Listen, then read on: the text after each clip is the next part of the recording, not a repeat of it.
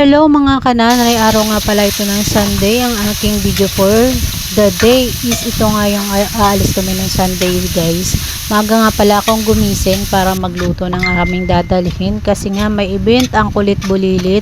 May swimming event nga pala for summer. So ayan, sa part ng Paranaque din guys, sa Burgande. Yung place na nga yan guys, para siyang hotel tapos may swimming pool sa ground.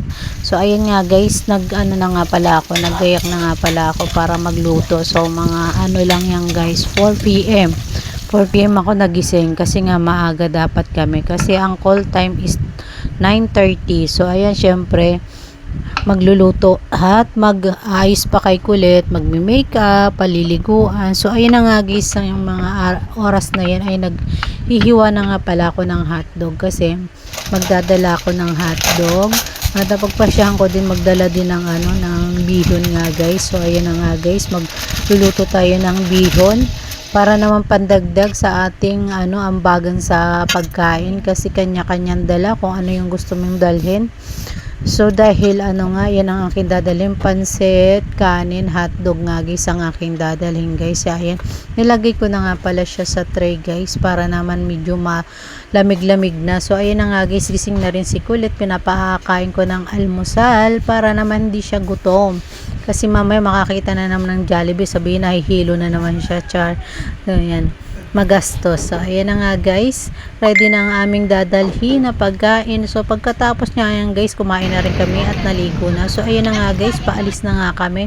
O diba, pack sakay na ng jeep. Ayan na nga guys, nasa jeep na nga pala kami guys. So syempre, video di ba, picture.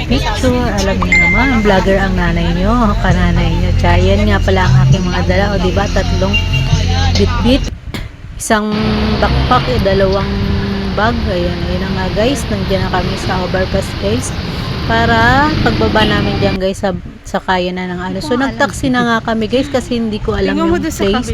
So nagpahatid na nga kami ng taxi. So 250 nga pala from Pasay.